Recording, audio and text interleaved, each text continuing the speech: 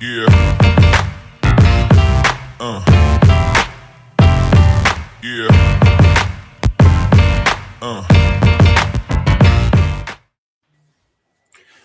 Welcome back, everyone. It is Tuesday night, which means one thing and one thing only. It is time for the Fantasy Cheat Sheet. And guess what? Class is back in session, boys. We got the normal crew here, so let's just start it off. We got Jordan and Jamie. My name's Mike. You guys all know that. Jordan, what is going on, my man? Nothing too much, man. Feeling good. It's been a while getting to chat with you guys about things we love. So I'm looking forward to it, man. Big show. Yep. And Jamie, what are you up to, my man? Man, it just feels good to be back, guys. Yep. And I see you got your famous little Cleveland elf next to you. So Oh, yeah. I know you're feeling it. And we got our boy, what is up, Toronto Dave? What is going on? Thanks for joining in. Okay, so tonight we're going to be talking about our favorite transactions, our favorite trades, free agent signings, franchise tags, whatever. But until then, I think we do need to get into the news. And if it is a big news one, and we don't mention, we're only going to bring up the news stuff that's happened recently because obviously there's been a lot of news since we've been on air. But if we haven't brought it up, it might be because it's in the show. So if we miss something, because I know one of them that I would bring up, it's one of Jordan's topics, so I'm not bringing that up in the news. First off, Adam Thielen signs a 3-year deal with the Carolina Panthers. It's more like a 2-year deal with the money and signings. They don't have much dead cap. Let me throw it to you real quick, Jamie. What does this mean for Adam Thielen himself, not for the Panthers? Does he really have 3 years left in him? I don't think so. He's already, 31, 32 years old? He'll be 32 by kickoff. Yeah, I only see him having one decent year left and one and done with the Panthers. That's it. Yeah. Jordan, what do you think this does for the Panthers as a team? Not much, honestly. It gives them a veteran presence. You have Terrace Marshall. He's still a young receiver. Thielen could provide some leadership, I guess, mentorship. But it all depends, on who's that quarterback they're going to take at number one. Yep. Like Jamie said, I don't think he has much left in the tank. But, a good quarterback could help that. We don't know, will it be Stroud? Will it be Bryce Young? That remains to be seen. But I think they'll only go as far as whatever quarterback they draft takes them. Yeah, personally, I agree with you, Jordan, 100%. Actually, I agree with both of you, but I agree in the fact that it depends what quarterback they get. We all have our opinions on that, but we'll get to that on another show. Another piece of information is Damian Harris, the running back formerly of the New England Patriots, is now a Buffalo Bill. My question for both of you is the starting running back for the Buffalo Bills on day one even on the roster? It's going to be a committee anyway. That's how they always Yes. usually run it. And Yes, I'll say yes. Okay.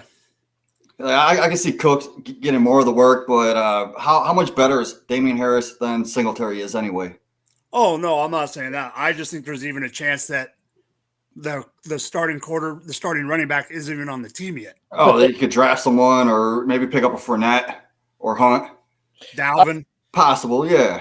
Yeah, but the Bills are always looking to improve in any way they can. So, I respect them for that. But James Cook to me hasn't done anything that wouldn't warrant him getting a chance, a crack at getting a job. He's the most he's more talented than Damian Harris for sure. So hopefully he gets a crack at it.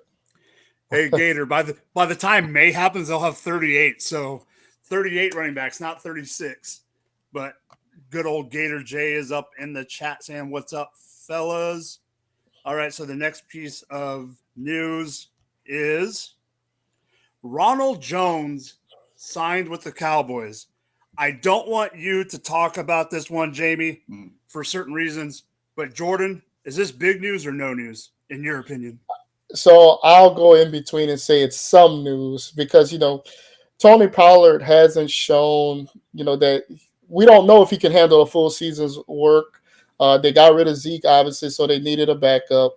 Ronald Jones is serviceable, although he didn't get a chance for some reason in Kansas City, Mike. I don't know what was going on with that. They had 15 running backs, but he was never get a chance on the field. But I think he'll get a chance in Dallas to spare Tony Pollard because I don't think they're going to give him 300 carries or anything. We don't know what kind of workload he can handle. So I think he could provide some fantasy value as a backup. Now that's saying Dallas won't go pick up anybody else or draft a running back. That's always on the table as well. But as of now, I think this is a good move for Dallas and for Ronald Jones. Okay, so the only thing I want to say about this topic, and it has nothing to do with the goddamn Cowboys. You guys both know what this means when my eyes pop open and I got this hat on. Jordan, you're 100% right. Why in the hell did we not even use Rojo at the goal line in the playoffs? I know we won the chip, but we could have won the chip easier if we didn't freaking use Rojo better, at least even in the playoffs. You got McKissick and Pacheco. They even used freaking CEH at the end. Freaking broken hip, whatever you want to call it, CEH. So the other piece of information, the other big piece of news is the Houston Texans showed up yesterday in 3 moves. Let's get to the non-fantasy related news first. Laramie Tunsil is now the highest paid offensive tackle in the league. How, I don't know, but he got the bank.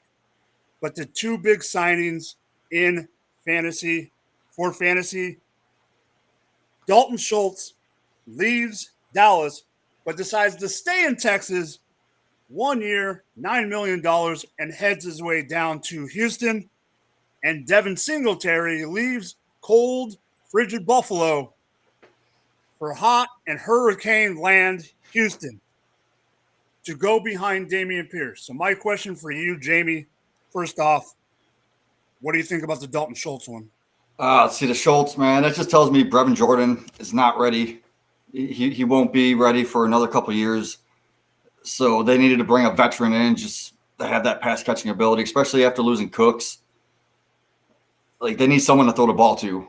Do you think this has to do with the 49ers offensive system wanting to go 2 tight end sets?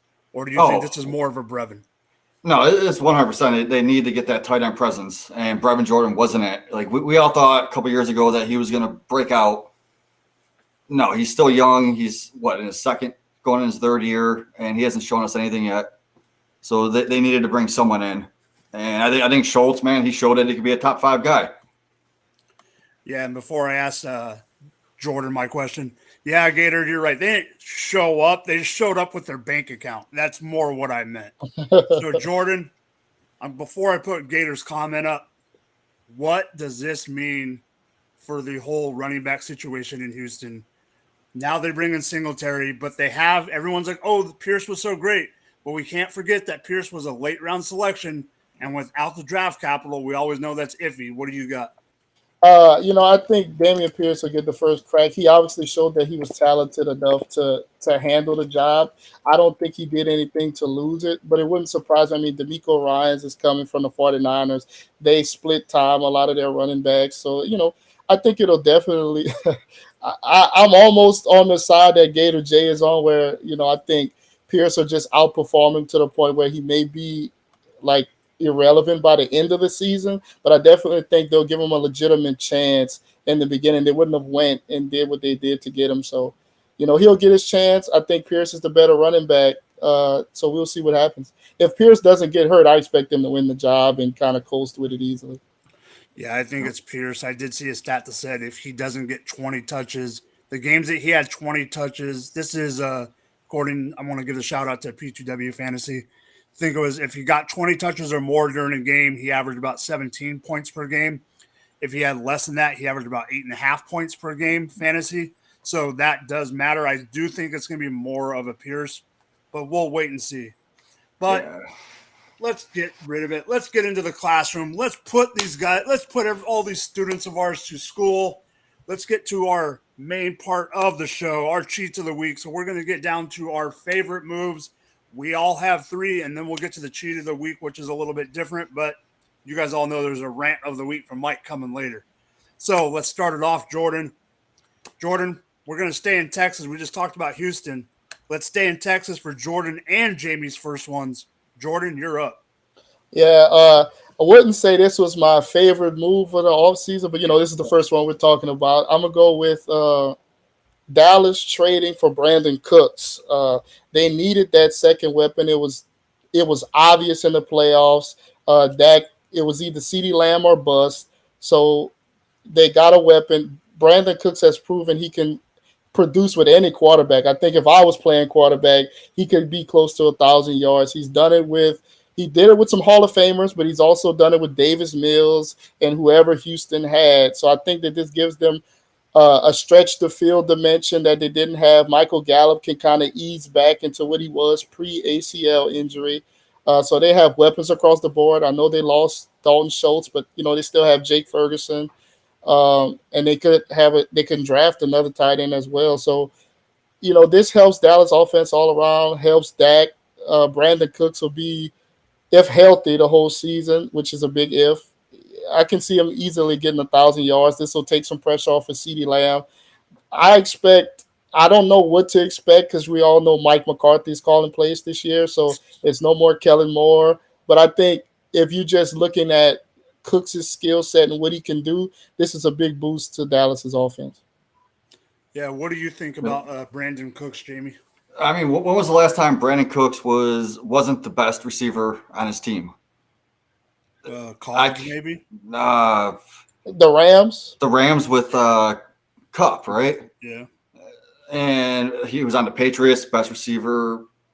Texas, Houston, best receiver. So I see him being a great field stretcher this year, and he's getting up there in age. Behind CeeDee Lamb, I mean, you got Michael Gallup. He led the league in drops. So they're trying to put someone else in there that can go down the field, stretch the field, catch the ball. I see him as more of a best ball guy, maybe getting 600-700 yards, 5-6 touchdowns here and there, but you're never going to know when to play him. So right now in my rankings, when he moved over there, I got him as like a wide receiver 3 with a great flex player type option in fantasy. But I don't see it being a big impact for fantasy football, but for Dallas, I love it. Like, that's what they need. They need someone that goes down that field, catches the ball, doesn't drop the ball. Yeah, so before I throw Gator's other comment up, because I'm going to, but I wanted to make a point first. I 100% agree with you, Jamie, but I partially blame that, in my opinion, on what Jordan was saying. And that is the fact that it's McCarthy that's calling the dang plays. Because I think if this was a different OC, they'd be calling plays a little bit different, maybe even stretching the field a little bit more. But McCarthy won't even do that. Gator says they trade Cooper and then use those picks to get Cooks. Cooper is better than Cooks. Easy. Yeah, I am not an Amari guy, but I do agree.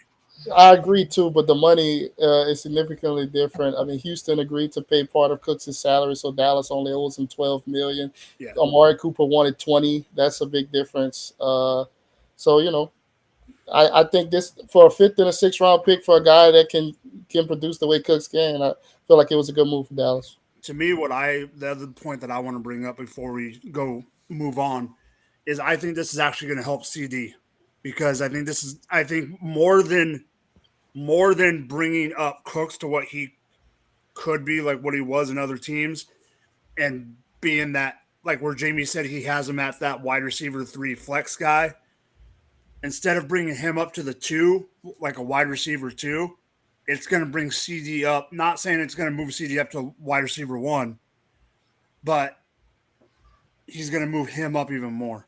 Yeah, I can see more touchdowns. It's going to help Lamb, yeah, because you're going to have to focus on him. It also depends on what they do at the tight end position. But I will say this. Cowboys have made a very, very important, but we don't know if it's good or bad, decision at the running back position. And Jamie, why don't you tell us about that? Okay, so they get rid of Zeke. They franchise tag Pollard, which I love the franchise move. Last year, Pollard was one of my sleepers. I had him in almost all my leagues, even with Zeke there. But when Zeke played, Pollard still put up top 10-ish numbers. When Zeke didn't play, Pollard was top 5. Now, the only problem is when he got like 20 carries or more, he ran out of gas easily. So he needs someone to come in and spell him, which Rojo isn't good enough to take away carries from Pollard, but Rojo's good enough to just go in there and spell him for a few plays here and there. So I'm not worried about the Rojo play with him taken away from Pollard, but they're still not done. They could draft someone, but look at their draft capital. They really don't have the draft capital to draft someone significant.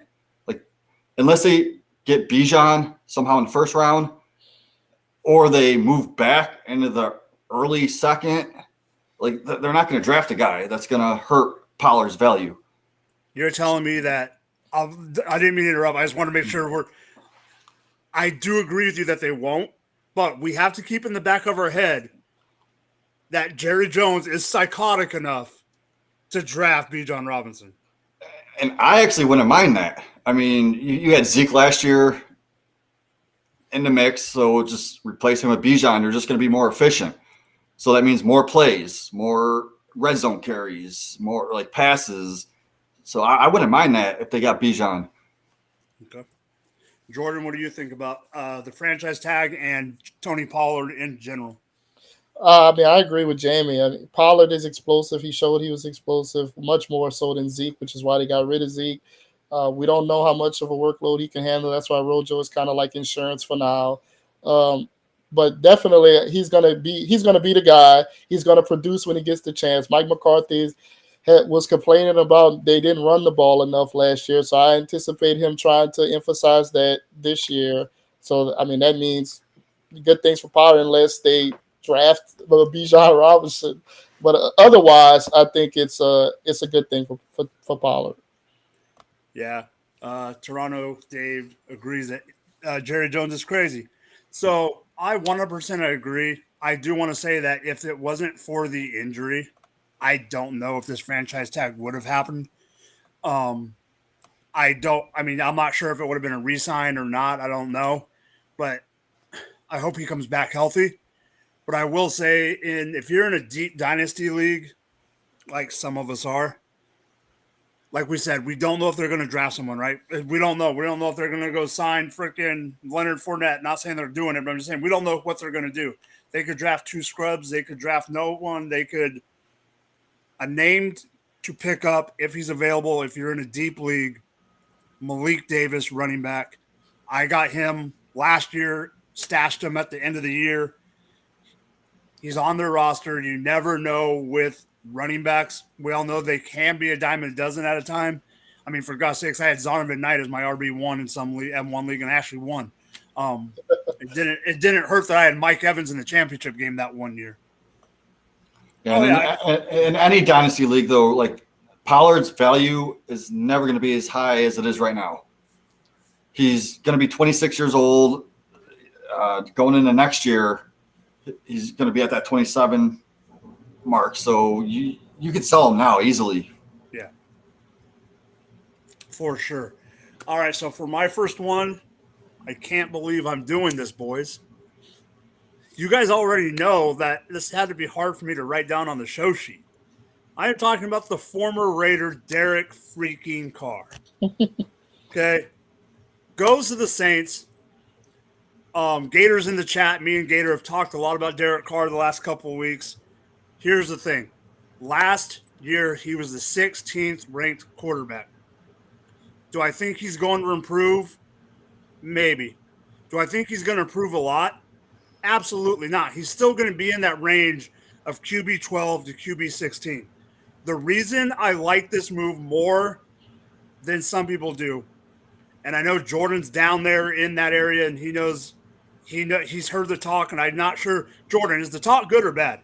Oh, it's good. I mean, but the thing about Saints fans, man, they could be down on somebody, but the minute he puts on that black and gold, he becomes Joe Montana. So, that's just how it is around here. Okay. I am not saying Derek Carr's QB1 Gator. I do just want to call it, since we haven't been on the air for a while.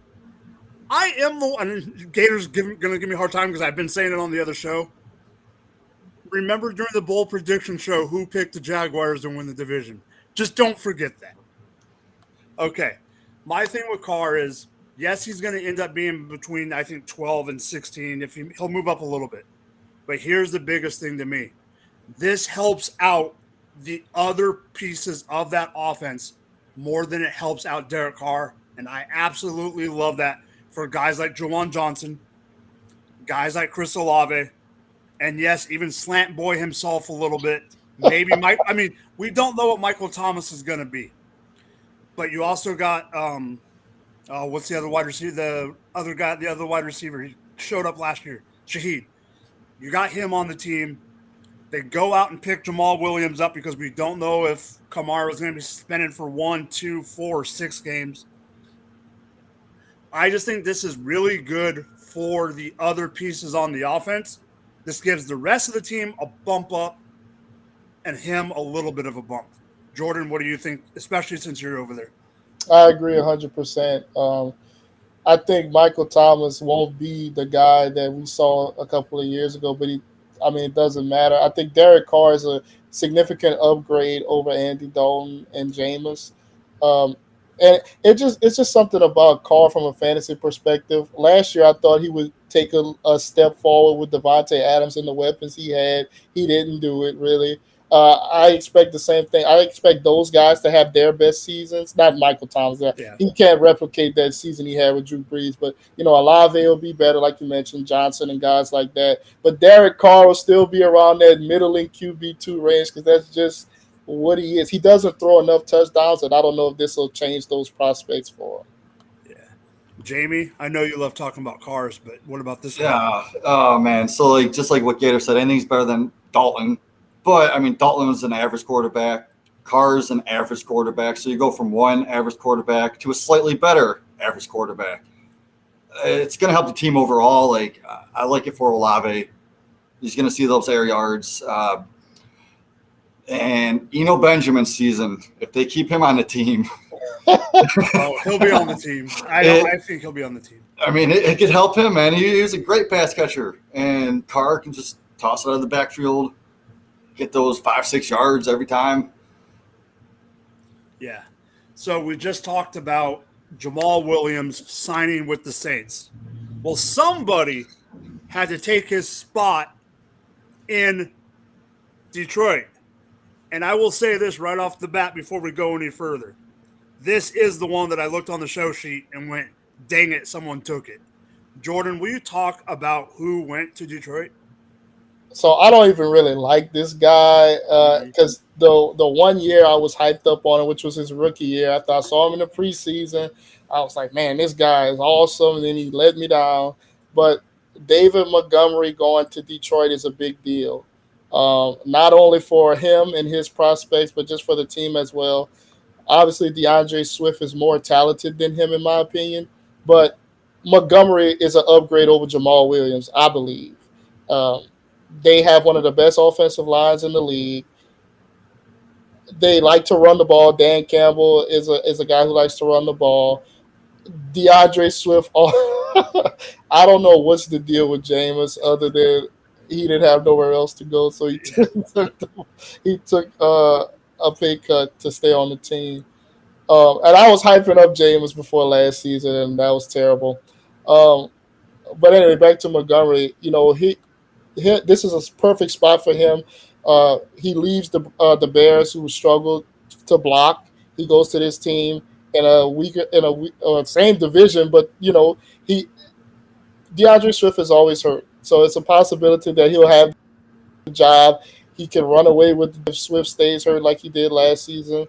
So this is a great spot for him. The Lions' offense was good last year. I expect it to be good again this year. Jameson Williams will be fully healthy.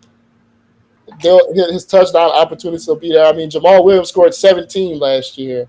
So I can see Montgomery getting some of those same opportunities, and he could do more in the passing game. So this is a win-win for the Lions and Montgomery. Jamie, will you tell me your thoughts before I go on my soapbox? So I look at it as a huge downgrade for Swift. You got Montgomery going from a run-heavy offense to another run-heavy offense, but it's a better offense. They had the top runs in the red zone. So Montgomery's going to see all those red zone carries. Swift can't stay healthy. And just Montgomery does, like Jordan said, he works in the passing game. So that's going to take away from Swift also. So I look at this as a great move for Detroit, but a huge dip for Swift owners. All right. This is not my rant. This is not my rant of the week. However, I almost shed a tear when I saw this signing come across the board. Jordan, you already know why. And Jamie, I am your echo chamber right now because you guys both know that I love myself some Swifty. And when I saw some Swift going out and hopefully being one of the only guys on the team, and maybe they get an ancillary piece that wasn't going to be a lot. I was like, ooh, maybe they're actually going to run him like they should and give him the touches. No, they signed David freaking Montgomery, who goes to a division opponent, like we said. But what this scares me the most about is next year is the last year on his deal. So and I'm talking about Swift real quick. Swift, it's the last year on his deal last year. I don't know if he'll ever be that running back that we thought he would be. But I do want to end my take by saying one homer thing real quick. He would have been if we would have taken him instead of CEH. Because you both know I am right. Okay. But to get on Montgomery real quick. I've battled in the past couple of years with Dave Kluge about Montgomery. Kluge is a diehard Bears fan, but not a David Montgomery stan. I was actually a Montgomery fan before. I'm a Swift guy, but I like Montgomery. I do agree that he could be better than Jamal. It's just I don't think he's the type of back that Jamal is in the sense of they gave the ball to Jamal. I forget how many of his touchdowns were like within the 5-yard line. The problem is I think Gator's right. I think they're going to end up giving the ball to Montgomery more than just inside the 5. And that's what scares me the most about Swift. I think this is going to be more of a 50-50 split down the line than anything. And that absolutely scares the living daylights out of me. But we need to get back to some tight end talk. I know we got a couple tight ends. But hey, there's one that is going from South Beach to Boston. Jamie, why the heck would he do it? I know you're going to tell me. Okay, so Gesicki just signed with the Patriots, which is a very smart move for Gesicki. I mean, he's one of the most athletic tight ends we've ever seen. Please explain. Okay, I'm about to explain. Okay, so he's one of the most athletic tight ends. Like, I think he ranks number 2 all time in athleticism for all tight end positions. Okay. And he's got minimum injury history. I think he only suffered a dislocated shoulder at one time. And he's 27 years old. And that's the time when tight ends usually are at their best. He goes from a system that didn't know how to use him properly, plus they had Waddle and Hill. All right, so that's 2 great receivers. So why would you use the tight end if you have those? Going to a system that has nobody right now except Gesicki. And who did they sign? Juju? I'm not scared of Juju taken away from Gesicki. And Belichick, that dude's a smart coach. He's going to use his assets properly. We've never seen Gesicki used properly. He's had like top 5 weeks in the past, so we've seen glimpses of what he could do. He's not a blocker. They didn't bring him in to block. So when he's on the field, he's going to be used to catch the ball. Anything else, or is it okay for Jordan to go? All right, yeah, go ahead, Jordan. So, it's hard for me to say this is a good move because it's just the Patriots passing game offense. I know they had 2 defensive coordinators who were cosplaying offensive coordinators last year. I understand that was part of the downfall of the offense, but man, I can't. I know Bill O'Brien is back. But I just don't see it, man.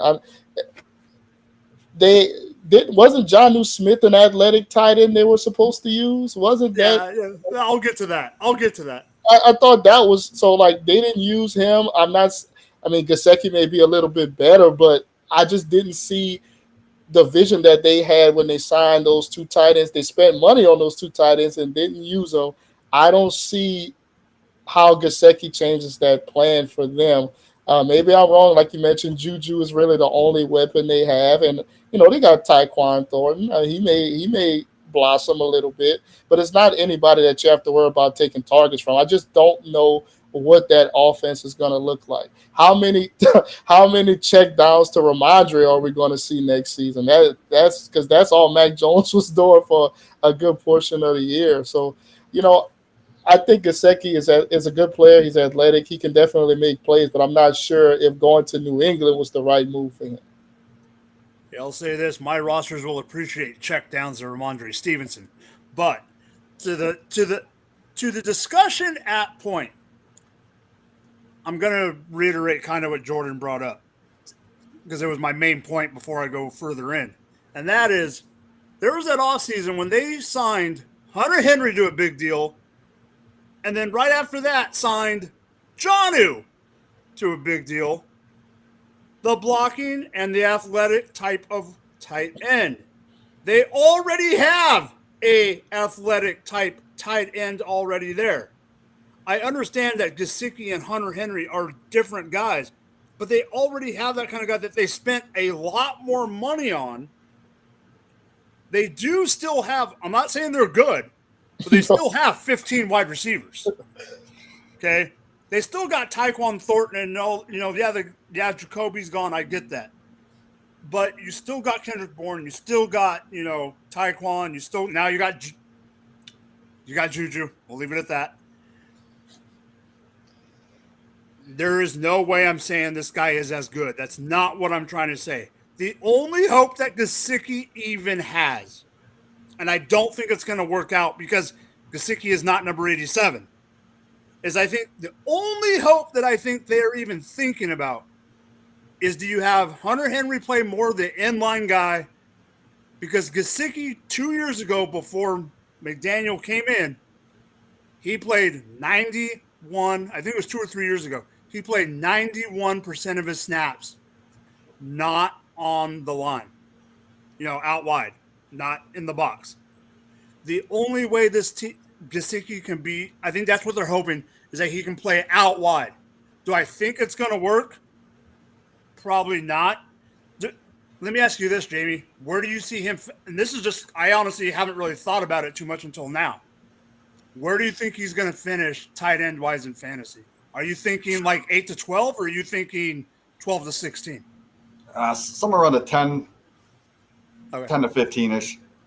Okay. But he could have his top 5 weeks, though. But then, again, he's going to have a 20 here and there. You're saying he can have a 5 or he can have a 25. Yeah. But then again, he's only on a 1-year deal, so they brought him in just to see what he could do. If it doesn't work out, he goes somewhere else. Yeah.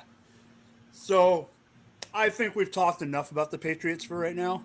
But we're going to stay in the AFC East. And we're going to talk about a team in green. But we're not going to talk about the guy who just came out of the darkness. We're not talking to the guy who's probably drinking ayahuasca right now and hanging out in freaking Disco Hippieville. We're going to be talking about the guy that he used to catch passes from that Jordan used to cheer for. Alan freaking the Lizard Man Lazard. Besides the fact that this is a play to get Aaron Rodgers, which I think we can all agree that may be inevitable. To me, I'm bringing this up because of the rest of the wide receiving core, because now they have a junk load of wide receivers on that squad, even if they're not great. You got Garrett Wilson, which we can all agree is their number one. You got Alan Lazard now. 4 years, 4 years, 44 mil. You got Elijah Moore, who I will get back to in a second. You got Mims still on the team, Denzel Mims. Not saying he's great, just saying he's a roster spot. And then you got the other one, Corey Davis. part of me thinks that Corey Davis is going to be a cap casualty by the time the season starts, unless what I think should happen happens. And I will have you go first, Jordan, because it's a question for you. I think Elijah Moore messed up by speaking out last year. I do think he's talented. My question, I'll let you think about it. My question is, should they include him in the trade? But I think for this team to be successful, they had to get another wide receiver. They got Allen Lazard instead of having to get one in the draft. The question to me is, who are the other wide receivers going to be on the squad? Is it going to be Moore? Is it going to be Corey Davis? Jamie, what do you think about this wide receiver core in general before I ask Jordan the question? I mean, Lazard's just the split end, so he plays the same position as Corey Davis, right? Yep. So why would they keep Corey Davis if they have Alan Lazard on the team with Rodgers throwing to him? Like Rodgers is that guy that just moves teams, that wants to bring everyone with him. Like I had a boss that when he switched jobs, he always called me up. Hey, you want to come work for me? And that's exactly what Rodgers is doing. He's trying to turn the Jets into the Packers. But Lazard's not the best receiver on the team. No. Not even better than Elijah Moore. So I think they need to keep Moore, Wilson, and just throw Lazard in there when they need him. I agree with you. The question is, will they need to do it to make the deal? So that is my question. Jordan, should they or will they? You can ask both ways. Should they and will they need to put Elijah Moore in the deal for Aaron Rodgers? I don't think they should, nor would they shouldn't do that because, again, like Jamie said, Elijah Moore is more talented than Alan Lazard to me. Yeah. So you can cut Corey Davis and roll with Wilson, Moore, and Lazard. I think the Jets have shown their hand, and they don't really have anywhere to go with this. Like, you don't have any other options at quarterback. Derek Carr is gone. Jimmy G is gone. So it's either Aaron Rodgers or what? Like, even Mike White is gone. He signed in Miami. So they don't have, they put all their eggs in Aaron Rodgers' basket. So they have to get this trade done. I know it's like a standoff right now over draft compensation or whatever, but eventually the Jets are going to have to pull the trigger. And I think they should try to keep Elijah Moore. The more weapons for older Rodgers, the better for them. Because if he's going in there with just Lazard and Garrett Wilson, and not enough weapons in Lazard, let's say Lazard or Wilson gets hurt, I mean, it'll be like Green Bay all over again. As the older he's gotten, the more help he's needed. They need to keep as many talented wide receivers around him as possible. And unless the Jets have an idea to go after Lamar Jackson, which I don't think they are, it's either Aaron Rodgers or bust. So they have no leverage in this to me. I know the Packers have the possibility of eating all that money, but they still have a quarterback that they want to play. The Jets don't have that. So, it's on them to make the deal happen.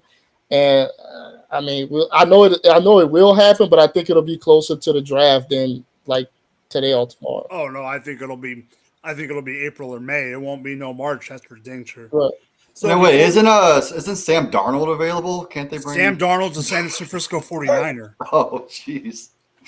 That's how irrelevant he is. I totally missed that one. They signed him as an insurance piece just in case Purdy's not back for training camp after the injury. Okay, so before we keep going, we got to shout out our sponsors.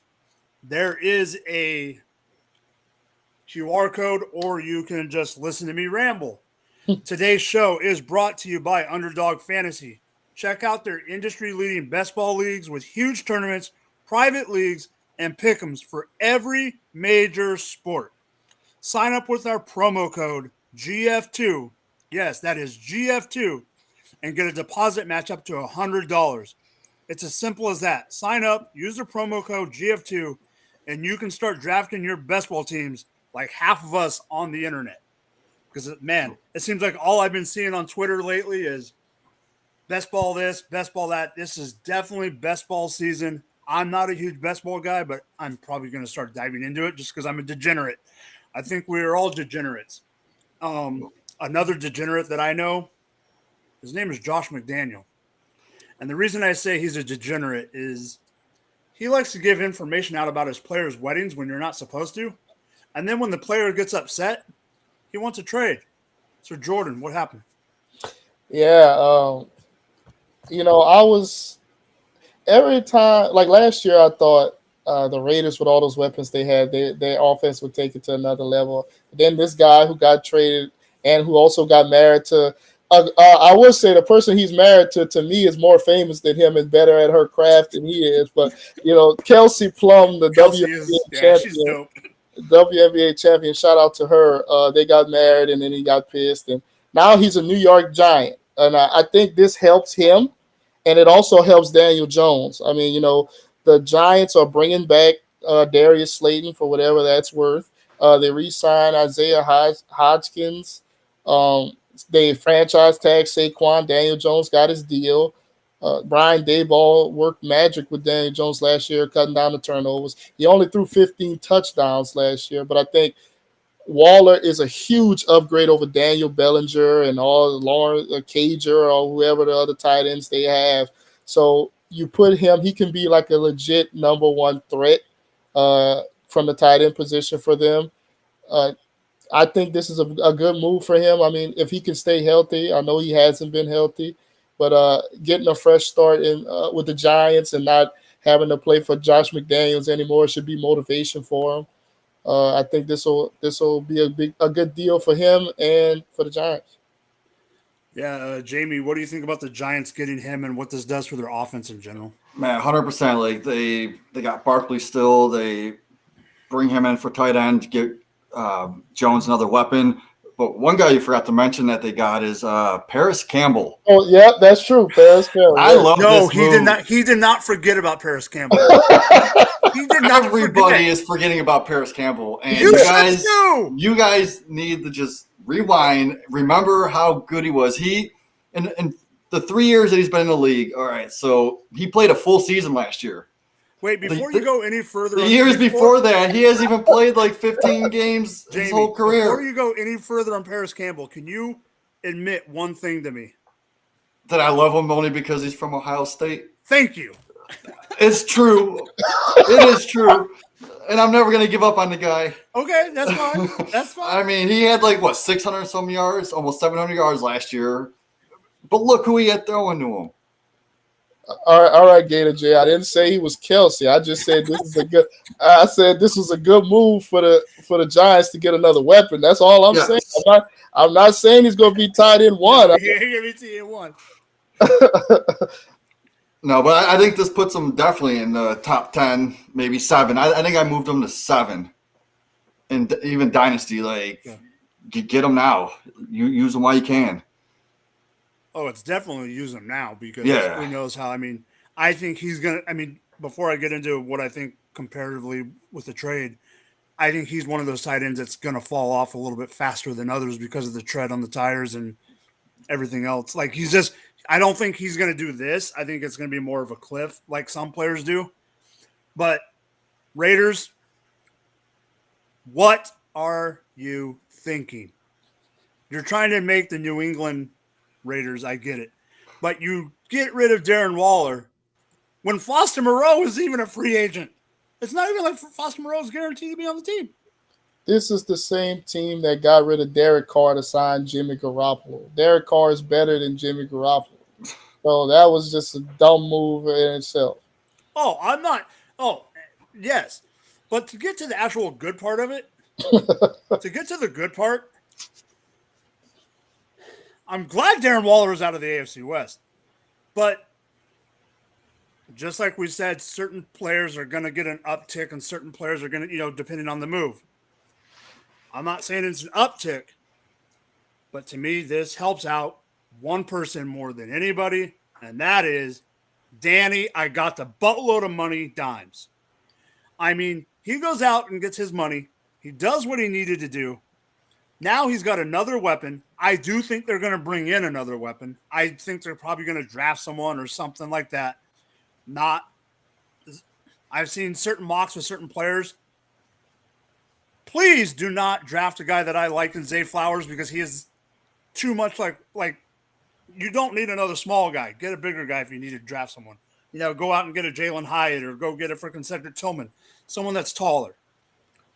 But this helps out the team. This helps out Barkley. This helps out everyone on this team.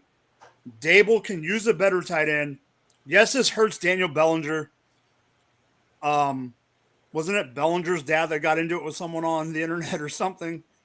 But overall, this is a good move. Other than that, I have nothing to say about the Giants. But the Giants' rivals, the Philadelphia Eagles, let their running back walk. And Jamie wants to talk about it. Oh, yeah. So the Panthers ended up signing Miles Sanders.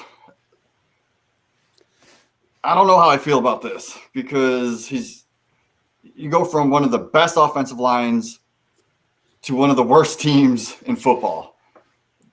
But with running backs, volume's king. And he's going to get the volume. So you're going to see a lot more red zone carries for Sanders because you're not having the mobile quarterback take away those touchdowns. He's going to see the ball a lot. So I don't know if I moved him up or down. I think I just kept him the same in my fantasy rankings. But I like the move for the team. He's the best running back on the team, and he's the best receiver on the team right now. There's no one. I mean, okay, it's not Adam Thielen. Adam Thielen has a. I mean, a 31-year-old receiver at the bottom of his career. I mean, yeah, Thielen's going to be good in the red zone and all that, but we still don't know who the quarterback's going to be. All you really have is the running game right now, and like Chuba Hubbard's there. He's good enough to spell Sanders here and there just to keep him fresh, but he's not going to take away more than 30% of the work. So Sanders, I could see getting 70% of the snaps. He's going to see the volume. He may not see as many plays as he was, but he's going to see more of the red zone carries, which will pretty much put him same in the rankings for me. Okay, and I understand that. This was one of the other topics I wanted to bring up. But, yeah, me too. Jordan, go ahead. Yeah, that was something I did put on the sheet, man. I took it off, and then when I saw Jamie put it on, I was like, okay, good. Yeah, man, I think this, like Jamie said, he doesn't really have any competition for the carries. I was surprised that the Eagles let him walk, especially considering who they actually signed, which was Rashad Penny. I didn't I didn't understand that too much, but anyway, back to Carolina.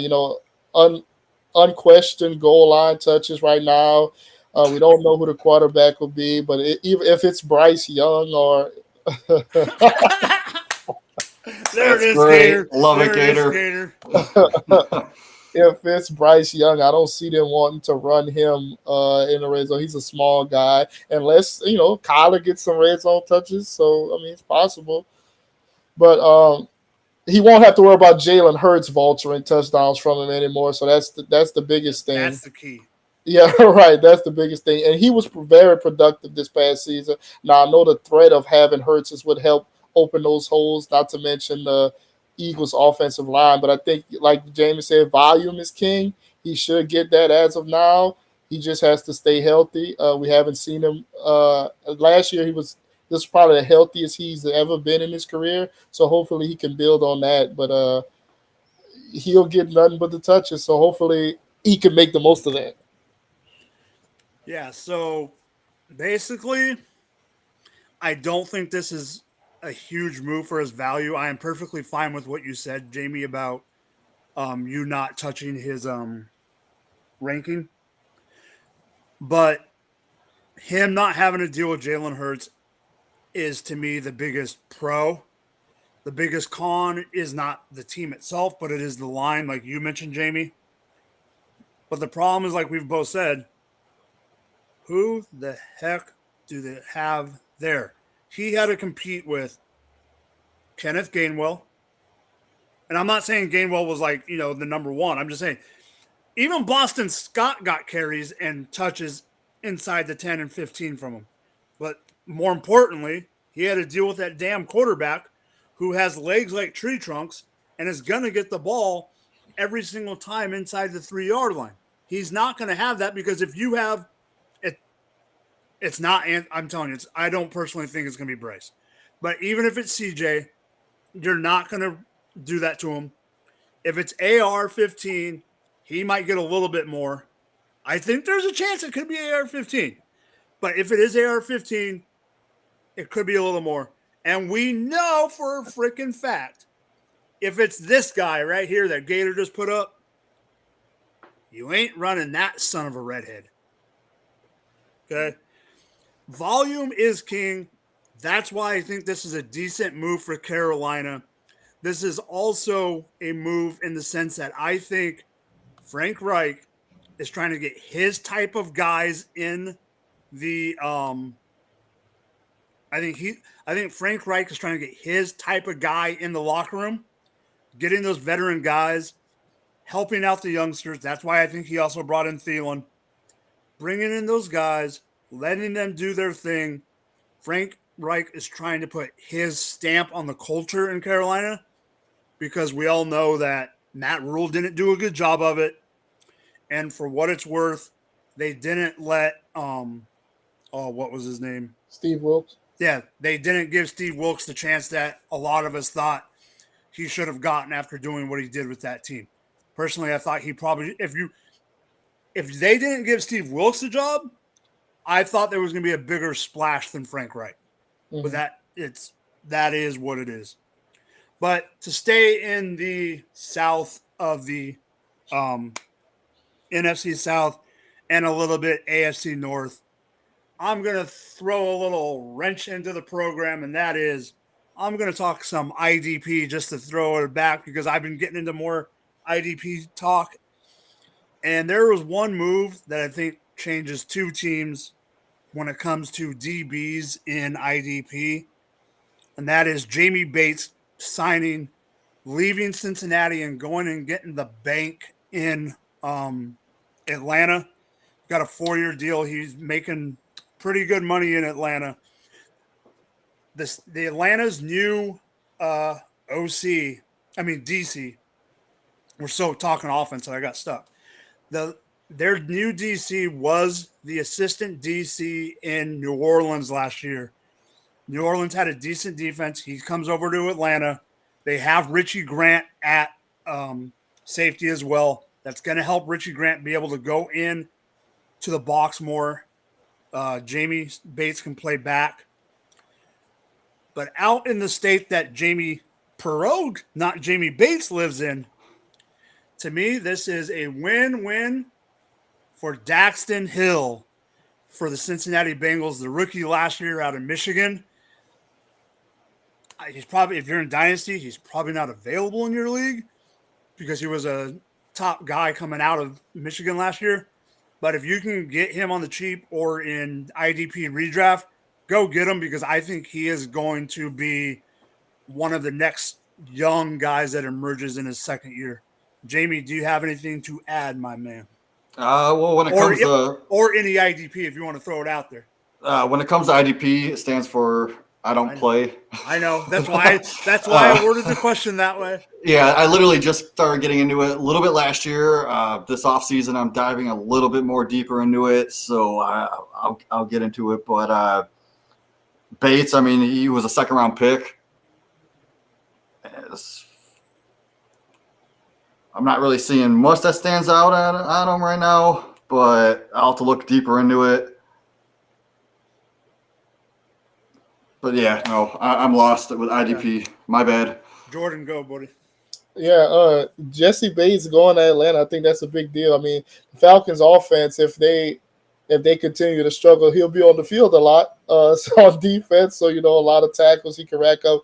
He definitely produced at a high level in Cincinnati. So Him getting the bag for Atlanta, that hopefully can kind of shore up their secondary. And they also have AJ Terrell at the cornerback, so Yep. the secondary is looking more solid than it was. So that's a step in the right direction for Atlanta's defense. Oh, yeah, for sure. All right, so we are done with the normal part of the show, and it is time for Cheat of the Week, which I might be talking a little bit of IDP on somebody's topic. If they don't, I think that person already knows where I'm going with this.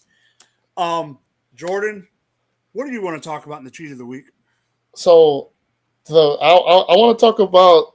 So I'm a Packers fan, so it pains me to talk about this, but the Bears have improved significantly over the course of this offseason.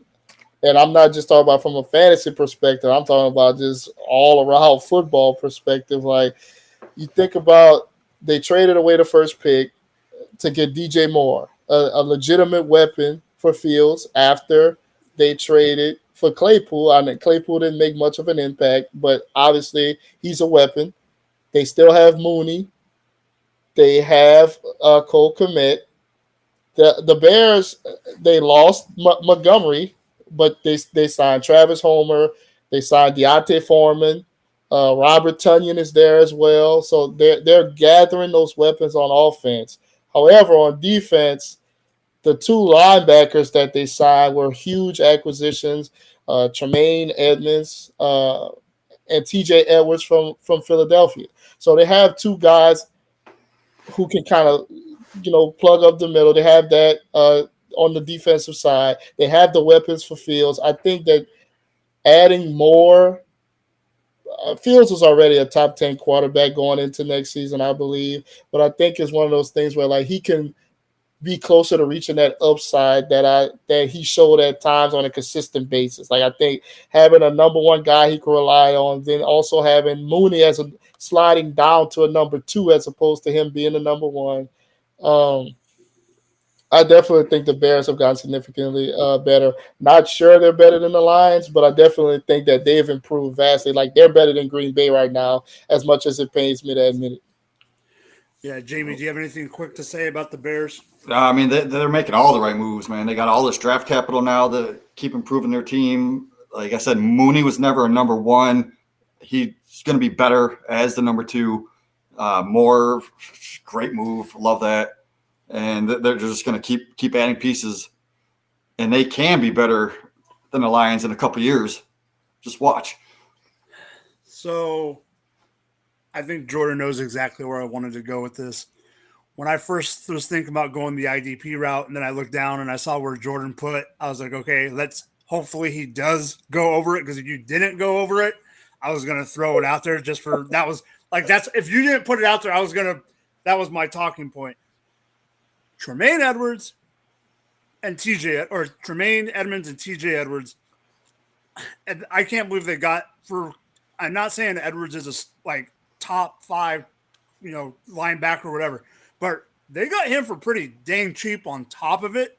Yeah. And then being able to go get Edmonds for what they paid, because whoever was spent big money for Edmonds. Whoever was getting Edmonds was gonna have to bring that Brinks truck and the U-Haul and another Brinks truck to get him.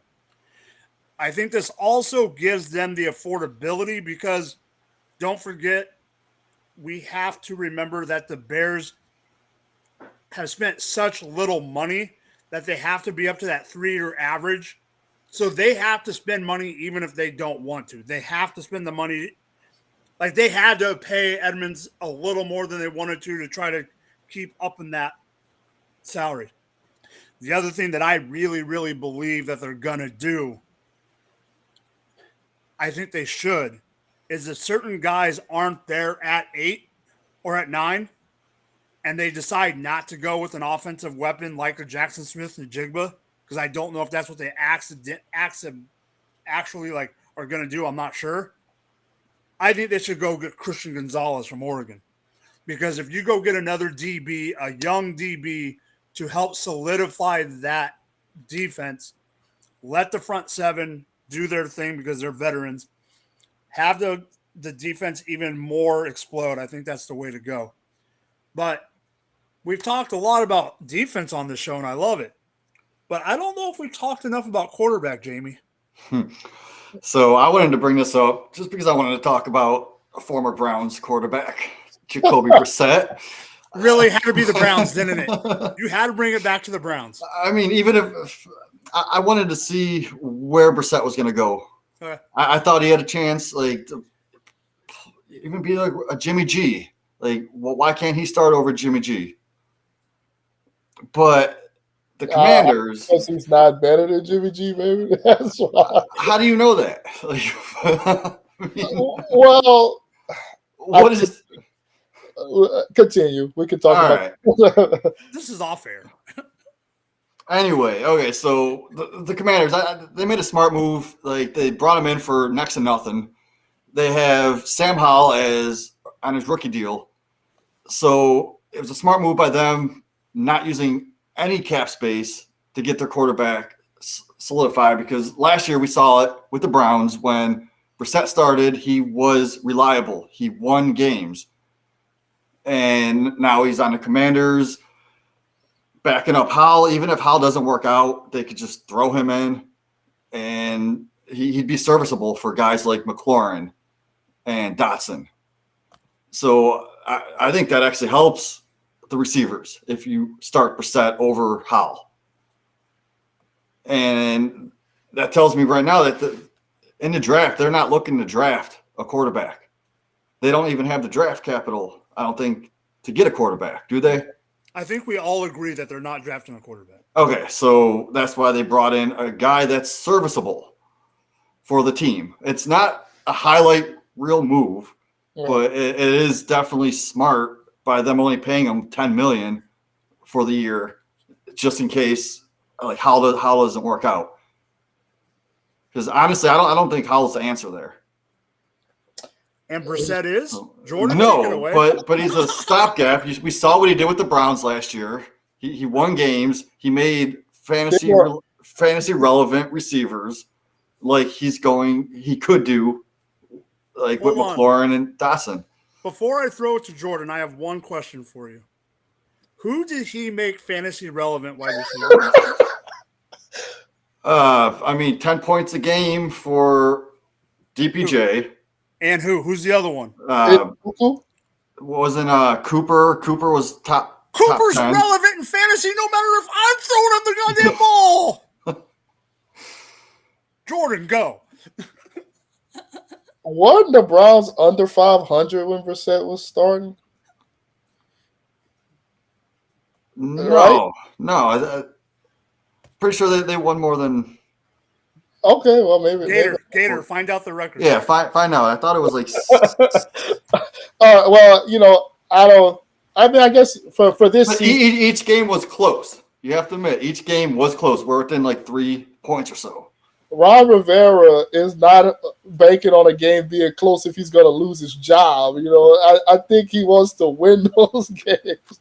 So I think they're going to give Howell a chance. I mean, signing Brissett, I'm sure that's just strictly for mentorship. I don't think they have any hopes of playing him because I don't see him being that much of a difference maker for them, even for just this season. Yeah, go a little bit more, Jordan. Howell could be terrible, which I mean that's definitely on the table for that.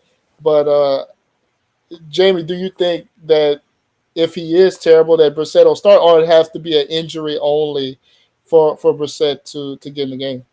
I mean, it depends how Howell plays. If he's horrible, then they could throw him in. But yeah, if injury, like Howell's a running quarterback, right? So there's more chance for injury. Okay, that's so fair. Here's what I want to say. I did expect him to get a job. Like, he was going to get a job. It's not that he wasn't going to get a job. It wasn't like he was going to be Wentz and have to wait till May or June or July to get a gig. I think they're bringing him to push Sam Howell. I don't think they're bringing him in to for sure be the starter. I personally am in the spot where I don't think either one are for sure going to be the starter. I think Ron Rivera is coaching for his life. Them bringing in them bringing in Eric Bieniemy as the assistant head coach and offensive coordinator is a big deal to that team. I do think, personally, I think that Hal has a better chance of winning week 1, getting the job, being pushed. I do think that, what's his name?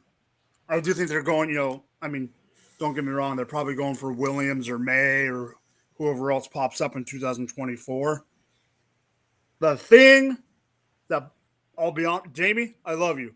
But my biggest problem with what you said had nothing to do with what you think he's going to do of getting the job week 1.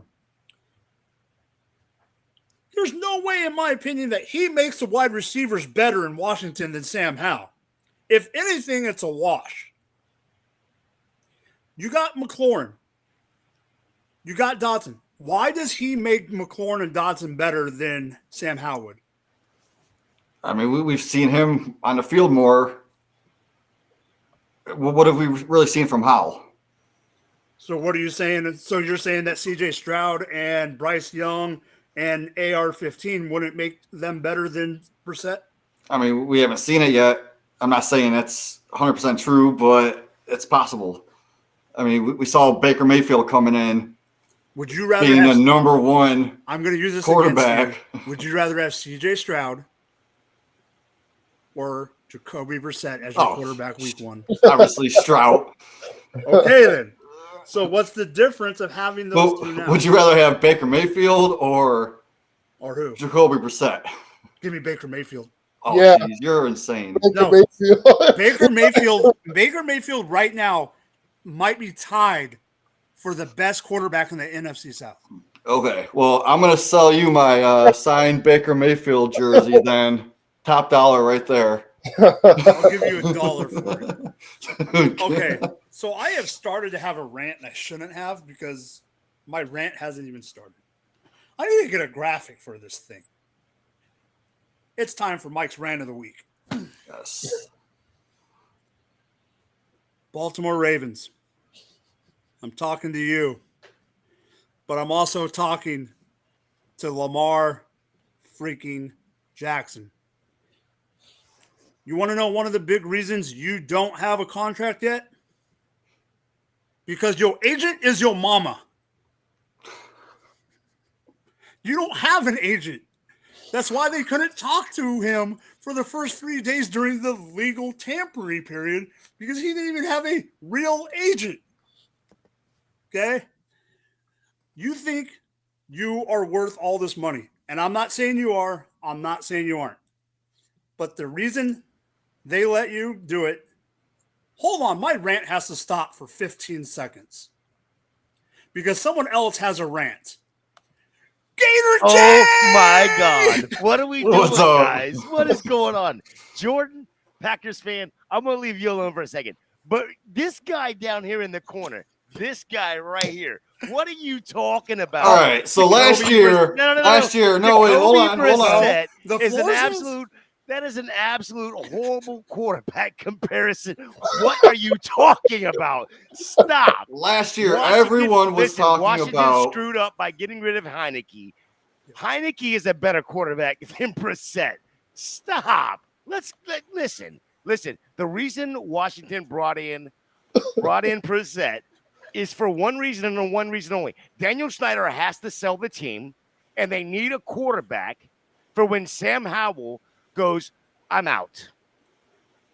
That's the only reason. Brissett's going to be that guy. Last year, Brissett played good enough to earn some sort of a job. How you doing, brother? I'm good, man. How's it going? Hi, Jay. I sent Mike a message. I'm like, dude, I got to jump in right quick. I got to give Jamie some shit. Jordan, that's why you had to talk a little Jamie, bit I more. love you. I love you, Jamie. Love you too, You man. know that. I had to put my phone down. No shit. I had to put my phone down. And I was like, Jamie's talking quarterbacks. And of course, the quarterback he comes up with. Brissett.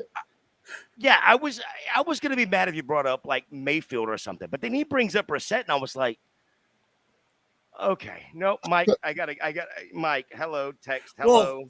He wouldn't answer the phone. I called him like 3 times, and it just like he sent me straight to voicemail. And I was like, no, this isn't going to work. Yeah, this ain't gonna work.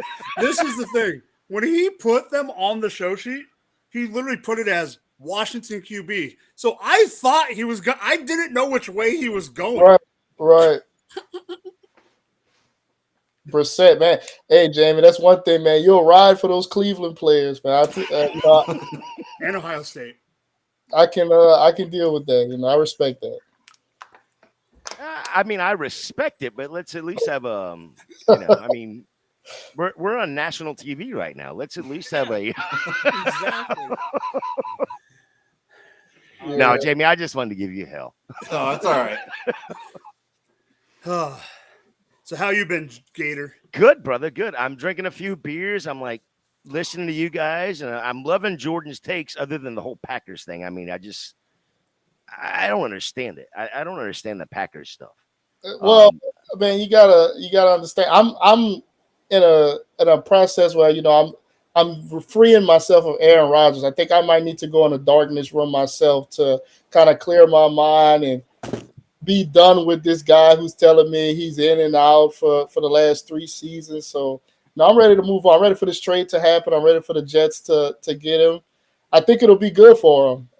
Does it not remind you of like 13, 14 years ago? I mean, it's kind of the same thing, right? It's exactly, yeah. I mean, minus the ayahuasca and stuff, but yeah, pretty, Well, I mean, Brett, we don't know. Brett, at that point, it wasn't out there as much. Right, true. And he's in the South, so it could have been some other, herbal substances. But right. Yeah, he is it's just South. it's more prevalent now, and it's legal to talk about in some states. It's very very similar though. So good luck to Robert Saleh because that'll be his problem. Hopefully, once they pull the trigger on this trade. No, it's Nathaniel Hackett's problem. Well, no, so I did want to. I put in the chat earlier. Yeah. I think the leverage is all with the New York Jets, and here is why: because right now with Aaron Rodgers' contract, no matter what, it's $100+ million that Green Bay's on the hook for. Whether he sits the bench and gives Jordan Love a lot of hell, or if he says, you know what, screw it, I'm gonna, just ride it out. Right. So if the Jets are offering, and I don't know what the Jets are offering by no means, but if the Jets are offering something like a 3rd round pick, a 4th round pick, and a piece, call it Elijah Moore, whatever that is, it's got to be all on the pack to sit there and go, well, I mean, we'll take this, but you have to take the contract. Now, I think more likely it is the Jets saying we'll give you a 3rd or a 4th. You take 50% of the contract. I think the hang-up is honestly the number. I don't think the hang-up is truly the actual pick compensation or the player compensation. I think it is the number of what the Packers are going to have to pay. Right. I mean, I can see that, but I feel like the Jets don't have a choice but to make this deal. Like there's no quarterback available that they can get that will help them. Sure, they got Zach Wilson they've got Zach Wilson under contract. And listen, by no means am I saying Zach Wilson is going to be, a playoff quarterback. No. Right. But this is the Jets' MO, right? You've got Sam Darnold, number 3 overall pick. You've got Zach Wilson, a number 2 overall pick. If you suck as bad as you're going to suck with Zach Wilson, or whatever Keenan, what's his name? The guy that used to be the quarterback down there in Houston. I can't even think of his name right now. But Chase anyway, Chase Keenum. Let's say that's your 2 quarterbacks. You're going to be getting the 1st overall pick next year. Is that Drake May? Is that Caleb Williams? We'll see, right? So they could reset then. Because if you look at what their roster is, you've got Garrett Wilson, you've got Breece Hall. Yes, you have a great offensive line right now. Yes, you have a good defense right now. But most of them are young players. And most of them are on rookie contracts, if I'm not mistaken. Yep. Yes. But that's why I feel like even if you went with Keenum and that combination that you mentioned, that defense alone and those skill players are good enough to win them more games than would be necessary to get the number one pick. So they would just be mediocre, which puts you in the worst spot that you could be in because you're not going to win it all and you're not going to be terrible enough to get that first pick. So it's either go after Lamar Jackson, which I know they're probably not going to do, or make the damn deal for Aaron Rodgers because you need a quarterback with that roster built to win right now. You need that quarterback. I think it's a fair statement. I think we are. I don't know what the proper word is. I think we can see it both ways. Right. And you've got yours and I've got mine. I think truly and honestly, this deal gets done. And I think in 5 years from now, we'll find out what the actual hang up was. You know, we won't find out tomorrow. We won't find out the day after, right? Aaron Rodgers will say it on McAfee what the hang up was. He'll probably. When he comes out of the darkness in 2 years. Hello, darkness, my old friend. Sorry for that sidetrack, Mike. Oh no, you're good. Hey, we're already at an hour 15. We are good. Trust me. Listen, there's no other show on the Going for Two network tonight, so we can go all night. We're fine. And as long as we got a couple of viewers in here, we are absolutely golden. By the way, here is what Mike doesn't realize. You don't have to send me the link. I have control too. Mike, how you doing? Toronto Dave in the house. How you doing, brother? Yeah, you can kick me. I still have control. I'm not kicking you. I know. You like to kick me on our other show. I'm gonna kick. I'll kick. I'll do. You'll kick Jamie out? Why would you kick Jamie out? Don't do that. He's talking about Brissett. I'm not doing it. We listen. We all have faults. I said it wasn't a significant move. I said it was a good move for them this year. You know, here's what I like. Jamie has changed up his little background right there, and he put Brownie right next to him. Yeah, my daughter set this up for me. Well, I mean, at least you have a decorator. Yeah. So I do have a question. I don't know. You got anything else? You got any more topics there, Mike? Go ahead. Okay. So the number one overall pick now going to Carolina. Do you truly think that it is CJ, or do you think there is a chance that Anthony Richardson could be the number one overall pick? Let me take this one first because I have very big feelings about this. It's 0% chance it is Bryce Young because 0. They would not have made that trade that early in the game for a guy that hasn't even done anything on the field. Like all he did was measure so far. Then the Anthony Richardson and the CJ Stroud debate. I absolutely think there is a decent chance that this could be AR-15. Not saying it just because you got that flag in the background. No, I get it. I get it. I think there is. I think if it is CJ Stroud, Frank Reich is making the decision on his own. I think it should be CJ Stroud. I do too. If it's AR-15, it is David Tepper making the decision, trying to make the splashy move for the franchise. So do you guys think AR-15 is ready to play right out of the gate, or does he need some time to? Because he's kind of no. And I think that's where I think you would see Andy Dalton starting week 1. So here's my thing on Anthony Richardson, and I love Anthony Richardson. You know, I'm a Gator fan, so I mean I've watched every damn game he's played.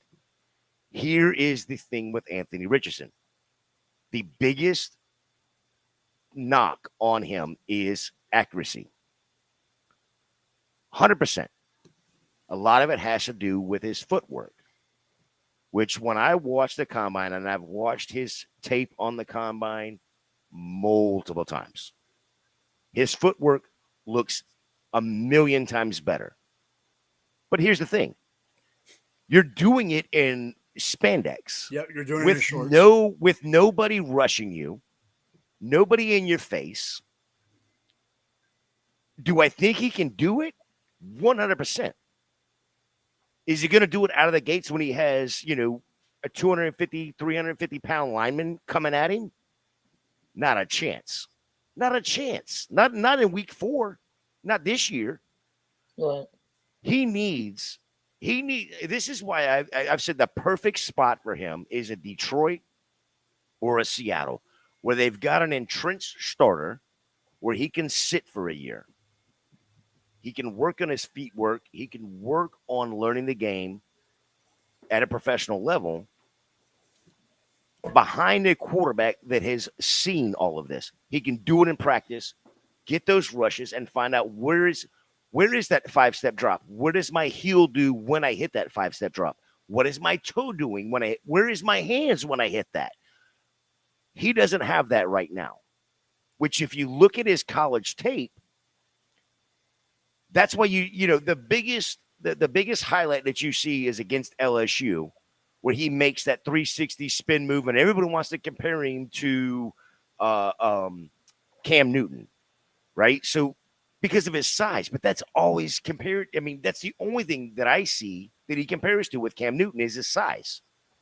He's better rushing. He's a better passer. He's just better everywhere. The only thing that's the same is his size, right? So if he can get his footwork down, he will not only break the combine like he did, he will break the NFL and the NFL mold of quarterback. 240-something pounds running a 4.4, Yeah. and being able to throw the ball 70-something yards in the air.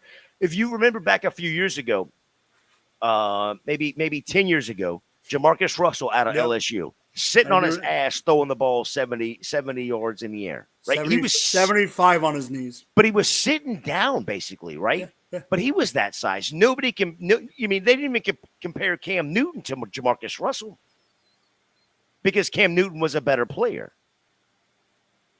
That's true. And we saw what Jamarcus Russell did in the NFL. That's my fear, is if he ends up going number 8, number 9, whatever it is, to the Raiders. Now, I know the whole Raiders front, the staff and front office is all different, but it's still a fear. So what about this? I was supposed to bring this up when we talked about the Bears. It was a little aside, but what if he was drafted by the Colts and he played behind Gardner Minshew for a little while? Shane Steichen, Eagles offensive coordinator, big guy. He can learn behind Minshew, who will probably know that offense pretty well. He'll have some time to. This may be like a season for Minshew, and then AR takes over after that. What do y'all think about that? I don't hate it. As long as they put some other weapons around him. Yeah. I mean, they're going to have to put other weapons. I mean, because you got to think about it, too. Jonathan Taylor's going into, his 5th year at that point? 5th or 6th year at that point? 4th or 5th. Well, this will be his 4th year, right? Yeah. Also next year, yeah. Yeah, so if you're going to sit a year, then you're talking about, you got to get another running back. Because, I mean, you're looking at Jonathan Taylor. I mean, going in the 6th year, got to have something back there, right? So, I mean, that's the fear. I mean, you've got Alex Pierce on the outside. I don't hate it. I like him. But again, wide receivers, those guys are a dime a dozen, right? When you ultimately think about it, it's the running back that matters. That offensive line, though, has to get fixed. Mm-hmm. That's, again, why I say somebody like Detroit, somebody like Seattle, because they have the offensive line in place. They already have that where he can kind of adjust to the NFL style of play, the speed of the NFL game. He can learn how to get his footwork correct, what it's going to take in order to do a 5-step drop, to do a 3-step drop, to do a 7-step drop. And then he has the weapons, too. DK Metcalf. He's got a Tyler Lockett possibly at that point. You look at what Detroit has, because, I mean, I'm not even sure what Goff's situation is when it comes to his contract, but I know he's coming. It's coming up soon. But then you got Jamison Williams. You've got, DeAndre Swift, you got Monty, you've got all of these pieces in place. ARSB. So you've got all these pieces in place to make a project quarterback.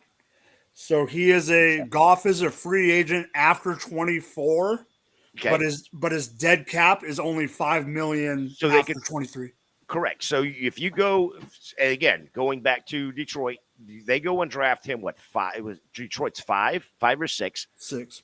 Yeah. So Detroit drafts him at 5 or 6, and then turns around and lets Goff lead this year, cut Goff next year, or trading before, get a piece, even if it's a 4th round pick. Right?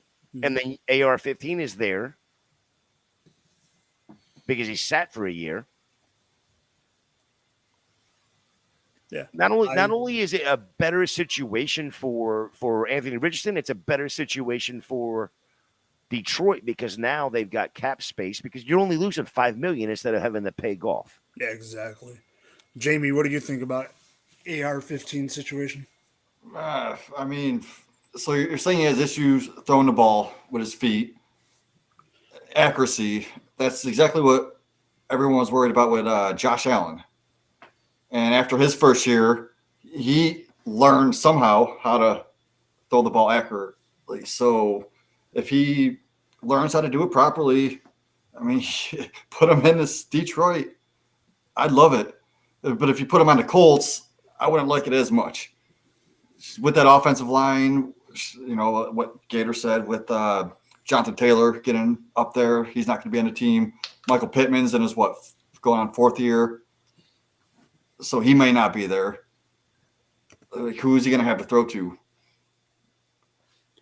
Yeah, so something you just said, though, you know, prior to the end of the season and going into the free agency part, I thought the perfect spot for Anthony Richardson was New York for the Jets. I mean, I'm sorry, for the Giants, right? Because they don't have a ton of weapons right now, but you can get this pick. You get your quarterback of the future, and you can build around him. Knowing that you could have Daniel Jones, you could put him on a 2-year deal. I wasn't nowhere near did I imagine he was going to get $40 million a year. Right? So, but you could put him on a 2-year deal, call it 27, 28, 30 million, whatever, and then run Daniel Jones for a year. But but the Anthony Richardson in that Dayball system is better than Josh Allen.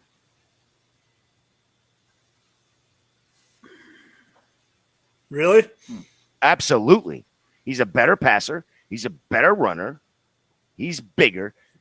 If you had 5 years from now, if you could put and I know this is kind of crazy, but if you were to sit there and go, Anthony Richardson is Josh Allen, you can say that now. Yeah. Then you can already say that projection is he's going to be better than Josh Allen in that system. In that system. Yeah, I get what you're saying. It depends on, and I think that's and I also think that's what you're saying about landing spot. It's not just the landing. It's not just a land. People think it's always just a landing spot, like, oh, they have this talent or whatever. Landing spot also includes, and I know this is what you're saying, Gator. Landing spot also includes system and coach. Mm-hmm. It's not, you can't just sit there and say, oh, they have the best talent, but if a guy fits a pistol system and the rest is all great, that doesn't mean it's a great landing spot.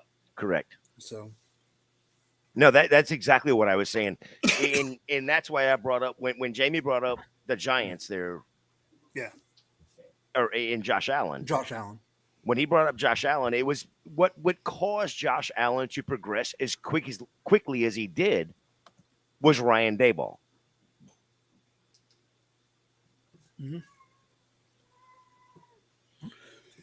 But all right, I think we are ready to get out of here, and I got a cat in the background now. Hi, cat. Get out of here. That's a black cat, too. Oh, I know. I'm aware, Gator. It crossed your path. You are jinxed. All right, so let's do some quick sign-offs, and I am including you in this, buddy. Gator, started off. We'll go Gator, Jamie, Jordan around the horn. Oh, man. Thank you, fellas, for letting me jump in. I just wanted to give Jamie hell. Jordan, first time we've been on camera. I appreciated you, brother. I've enjoyed chatting with you in the chat. Y'all can find me at FantasyJ77 over there on Twitter. Tomorrow night, you will find me right here on Going for Two Thursday night, you will find me right here tomorrow with Going for Two on the Dynasty Gambit. You can find me on Wednesdays at Fantasy Intervention.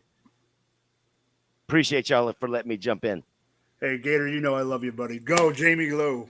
Find me, Jamie Prog, at Twitter, and of course, right here, Going for Two. I'm always in the chats whenever I'm not on air. Gator, I will see you tomorrow for the draft. I'm going to be in the Fantasy Intervention draft with y'all. Yeah, you harass me in every damn chat we are in. God damn it, Jamie. You just happen to be in them, man. Hey, Jordan, in your sign off, do me a favor and say something better than Brissett going to Washington. God, please. If you want takes similar to Brissett going to Washington, find me on Twitter at JArsenal89. You just lost 12 followers just by that. That was quick. That was easy. And Tuesdays with my guys here, man. Appreciate you, Gator, man. The only thing, man, that you came at me hard with Darren Waller, but we're going to talk about that another time. Oh, no, we're going to talk about that as soon as we close this off. Darren Waller is washed. Darren Waller washed. I am Drop the Mic FF. You can find me here on Tuesday nights. You can find me at Going for Two. You can find me on Friday nights at the Rum Boys Fantasy Network, causing chaos there, sometimes with this guy down on the bottom. Other than that, you got Jamie, you got Gator, you got Jordan. Peace out.